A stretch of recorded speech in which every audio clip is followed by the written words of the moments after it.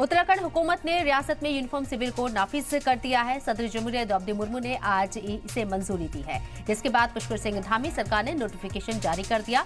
इसके साथ ही यूसीसी नाफिज करने वाली उत्तराखंड मुल्क की पहली रियासत बन गई है।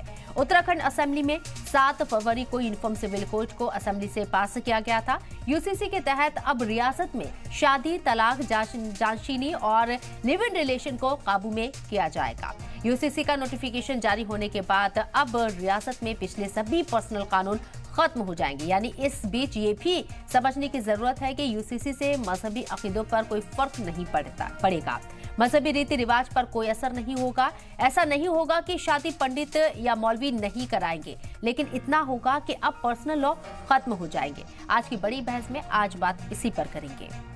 तो उत्तराखंड एक वाहिद रियासत बन गई है जहां यूसीसी नाफिज हो गया है आज से, क्योंकि सदर जमहूरिया ने भी इस पर अपनी मोहर लगा दी है। और इस मौजू पर बात करने के लिए तमाम लोग हमारे साथ चर्चा में जुड़ेंगे। लेकिन यूसीसी को लेकर लगातार बात कही जा रही है कि इससे जो पर्सनल लॉ है उनको, हालांकि यूसीसी लागू होने के बाद उत्तराखंड में कोई पर्सनल लॉ नहीं रहेगा, एक कानून चलेगा यहाँ, लेकिन किसी के मजहबी अकीदे पर कोई फर्क नहीं पड़ने वाला है। ये बातें भी सामने आई हैं। सबसे पहले मेरा सवाल यहाँ पर मोहम्मद शाफिर कुरैशी साहब आपसे है। उत्तराखंड वाहिद रियासत बनी है यूसीसी नाफिज करने वाली, इसे आप कैसे देख रहे हैं? पर्सनल लॉ खत्म है यहाँ, मुसलमानों पर क्या असर होगा इसका? और किसी तरह के मजहबी अकीदे को जो बात बार बार कही जा रही है कि खतरा है, ऐसा क्या वाकई में आपको नजर आता है? देखिए, पिछले कई सालों से ऐसा हो रहा है कि मुसलमानों को किसी न किसी तौर पर निशाना बनाया जा रहा है।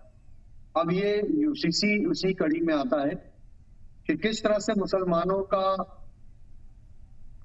परेशान करना, किस तरह से मुसलमानों को बेचैन करना, जिससे कि ये आसानी से हिंदू भाइयों का ध्रुवीकरण कर सके मुसलमानों के खिलाफ, कि हम मुसलमानों के खिलाफ है और मुसलमानों को टाइट कर रहे हैं। अब देखिए, कल सीएए पर भी नोटिफिकेशन आ गया। अब मोटी सी बात है, सीएए हो यूसीसी हो, सीएए आना एक अपने आप में कितना बड़ा हिंदुस्तान के लिए खतरा बनने वाला है, ये हम सबको समझने की जरूरत है। हिंदुस्तान के दुश्मन दोस्त हैं, दुश्मन पड़ोसी, हम दोस्त पड़ोसी तो नहीं कह सकते, दुश्मन पड़ोसी हैं पाकिस्तान और अफगानिस्तान से बहुत अच्छे ताल्लुकात नहीं रहे, बांग्लादेश से भी बहुत अच्छे ताल्लुकात नहीं है, लेकिन ठीक ठाक चल रहे हैं। लेकिन आने वाले वक्त में सीए के तहत जो हिंदू भाई वहां से आएंगे उनको जरूर पाकिस्तान अपने टूल के तौर पर इस्तेमाल करेगा। ठीक है, हम उत्तराखंड यूसीसी पर बात करते हैं, सीए पर फिर बात करेंगे, यूसीसी पर हम बात करते हैं। यूसीसी भी उसी की कड़ी है, यूसीसी भी उसी की कड़ी। यूनिफॉर्म सिविल कोड का मतलब ही यही है कि सबको एक साथ लेके आना, लेकिन वो इनकी नीयत साफ नहीं है। देखिए ना, इन्होंने ट्राइबल्स को अलग कर रखा है। क्यों कर रखा है? कहते हैं कि हम उनको आगे मौका देंगे। समानता हो ही नहीं सकती हिंदुस्तान में, क्योंकि समानता, हमारे यहाँ एक समाज रहता है जो आदिवासी है, एक समाज है जो पिछड़े दलित है, उनकी अपनी मान्यताएं हैं, उनकी अपनी सभ्यताएं हैं।